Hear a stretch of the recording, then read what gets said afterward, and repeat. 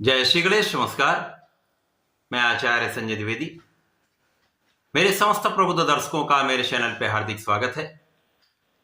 प्रिय दर्शकों, आज मैं सिंह राशि का मार्च 2025 का मासिक राशिफल लेकर आपके सम्मुख उपस्थित हूं। मार्च माह सिंह राशि के जातकों के लिए किस प्रकार का रहने वाला है, शिक्षा, ज्ञान, संतान का पक्ष कितना बलवान होगा, वैवाहिक पक्ष, सामाजिक पक्ष कैसा रहने वाला है, भाग्य का कितना साथ मिलेगा, कार्य क्षेत्र में कितनी प्रगति होगी, धन के कितने अवसर मिलेंगे, सुख वृद्धि में कितनी वृद्धि होने वाली है था, लाभ कितना बढ़ेगा। इसी प्रकार से यदि कहीं पर कोई समस्या या अवरोध है तो उसका क्या निराकरण है, संपूर्ण विश्लेषण मैं पूर्ण तर्क के साथ करने जा रहा हूं। प्रिय दर्शकों, इस राशिफल को आप अपने लग्न तथा राशि दोनों के अनुसार देख सकते हैं। सिंह राशि के लिए जो मार्च माह में स्थितियां बन रही वो प्रारंभिक समय में इस प्रकार होंगी। द्वितीय भाव में केतु होंगे, आपके सप्तम भाव में शनि और सूर्यदेव का गोचर चल रहा होगा। अष्टम भाव में त्रिग्रही योग बना हुआ है जहां पर राहु, बुध और शुक्राचार्य होंगे। आपके दसम भाव में गुरुदेव बृहस्पति होंगे। आपके एकादश भाव में मंगल का गोचर चल रहा होगा। इस माह में सूर्यदेव राशि परिवर्तन करेंगे जब 14 मार्च को ये राशि परिवर्तन करके अष्टम भाव में प्रवेश करेंगे। चतुर्ग्रही योग बनेगा तथा इस माह का महापरिवर्तन शनिदेव का है जब 29 मार्च को शनिदेव राशि परिवर्तन करेंगे तथा अष्टम भाव में प्रवेश करेंगे। शनि के अष्टम भाव में प्रवेश करते ही आपके जीवन में शनि की ढैया का आरंभ हो जाएगा। प्रिय दर्शकों, शनिदेव की अष्टम भाव की जो ढैया होती है निश्चित रूप से अत्यंत संघर्ष वाली होती है, कष्टकारी होती है तथा कहीं न कहीं अवरोधों की वृद्धि का समय होता है, कष्टों का समय होता है। तो सिंह राशि के लिए ये मार्च माह से ही आपके लिए सजग होने का समय प्रारंभ हो जाता है। इस माह में प्रारंभिक समय में शनि और सूर्य दोनों का प्रभाव आपके लग्न पर होगा। तो लग्नेश का लग्न पर जब प्रभाव होता तो आप अत्यंत बलशाली होते हैं, बहुत बलवान स्थिति होती है। और शनि सूर्य का जब भी संयोजन होता है, यद्यपि दोनों में मतभेद है परंतु दोनों का अपना अपना एक विशेष प्रभाव है। सूर्यदेव राजा है, राजा के समान ही इनका व्यक्तित्व है, आचरण है, प्रभाव है, क्षमता है, शासन प्रशासन का गुण है, नेतृत्व की क्षमता है। इसी प्रकार से शनिदेव न्यायाधीश हैं, तो न्याय संगत आप रहने वाले हैं, आप कर्मठ रहने वाले हैं। शनिदेव कर्म प्रधान देव है तो आपको कर्मठ बना देते हैं। तो आपके कार्य क्षेत्र में निश्चित रूप से प्रगति का योग बन रहा है। समस्याओं के अंत का समय है। आप बलवान होंगे तो आप किसी भी समस्या का निस्तारण कर पाएंगे। अब सूर्यदेव की राशि तो बलवान राशि है, नेतृत्व का गुण जन्मजात होता है। यहां शनि सूर्य का प्रभाव निश्चित रूप से आपको आपके क्षेत्र में विशेष बना देता है, आपको बहुत योग्य बना देता है, आपको बहुत क्षमतावान बना देता है। सिंह राशि के लिए अत्यंत कारक गुरुदेव बृहस्पति जो केंद्र के भाव में दसम भाव में गोचर कर रहे हैं, अत्यंत प्रबल स्थिति है, जिसके कारण गुरु का प्रभाव, शनि का प्रभाव और सूर्य का प्रभाव आपके लग्न पर रहने वाला है। आपको धैर्यवान, ज्ञानवान तथा विवेकशील बनाने वाले हैं। तो आपका डिसीजन बहुत अच्छा रहने वाला है। आपका कार्य क्षेत्र में आपकी प्लानिंग सक्सेसफुल रहने वाली तथा आपके किए गए कार्यों से आपको भी लाभ मिलेगा, अन्य लोगों को भी लाभ मिलेगा। इसी प्रकार से इस समय में आपकी कामना की पूर्ति का है। इस समय आपकी सोची गई इच्छा यहां पर पूर्ण हो सकती है। शिक्षा का पक्ष बलवान रहेगा। जो जातक विद्यार्थी हैं उनके लिए एक अच्छा समय है, आपको अच्छे रिजल्ट की प्राप्ति होने वाली है, परिणाम अच्छा प्राप्त होगा।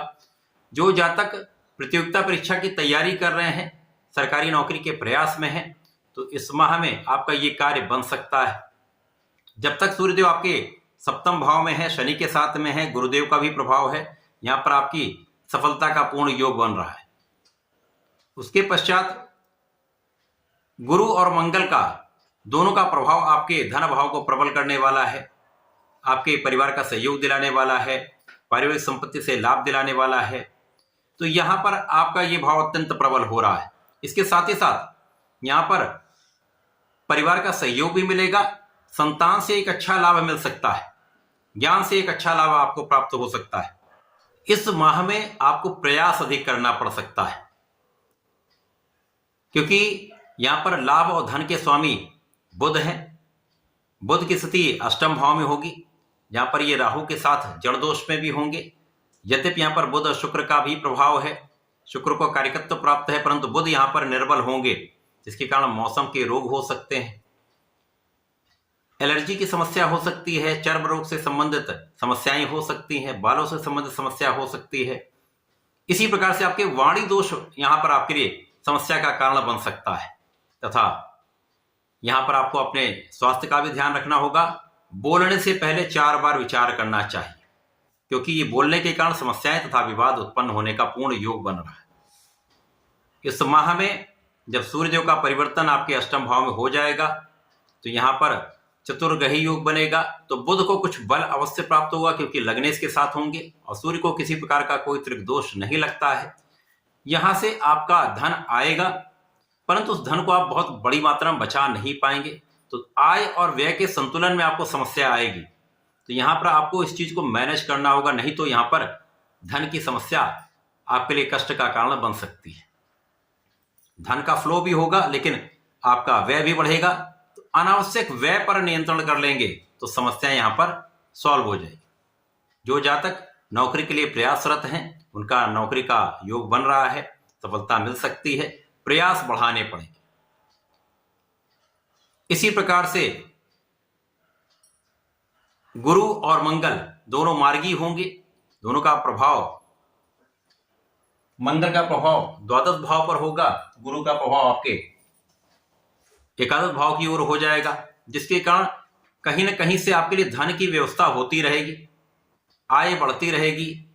यहां पर केवल आपको पूर्ण मनोयोग के साथ अपने कार्य में लगे रहना है, न्यायोचित कार्य करना है तथा प्रयास दुगना कर देना है।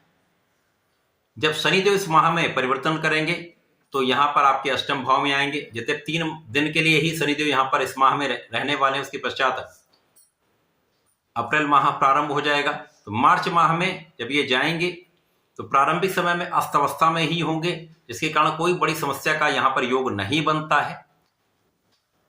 यहां पर पंचग्रही योग आपके अष्टम भाव में बनेगा, तो यहां आपको सिर दर्द की समस्या हो सकती है, मौसम के रोग हो सकते हैं, आंखों से संबंधित विकारों की समस्या होती है, तथा यहां सरकारी तंत्र से कोई ना कोई अवरोध हो सकता है, या सरकारी नौकरी में है तो कोई समस्या यहां पर आ सकती है। आपको ध्यान देना चाहिए।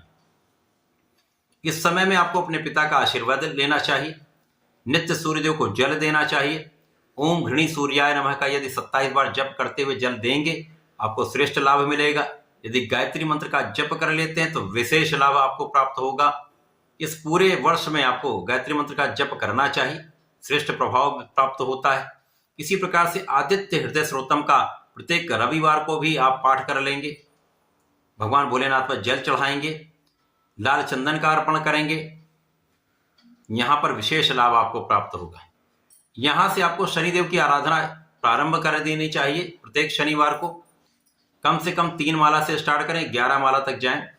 ओम प्राम प्रीम प्रोम सह शनिश्चराय नमः का पूरे 2.5 वर्ष आपको जप करना चाहिए, जिससे शनि का प्रभाव, दुष्प्रभाव ना हो, एक अच्छा प्रभाव आपको प्राप्त हो। साथ ही साथ शनिदेव आपको लाभ दे पाए, क्योंकि अष्टम भाव के शनिदेव कहीं ना कहीं शारीरिक और मानसिक कष्ट भी बढ़ाते हैं, कार्य क्षेत्र में भी समस्या देते हैं। तो इसमें कम से कम समस्या हो, इसके लिए आपको ऐसा करना चाहिए तथा अच्छे आचरण करना चाहिए, किसी के साथ अन्याय नहीं करना चाहिए। यदि आप इतना कर लेते तो समस्याएं कम होंगी, लाभ भी बढ़ेगा। तो ऐसा करके इसका लाभ लें। धन्यवाद, नमस्कार।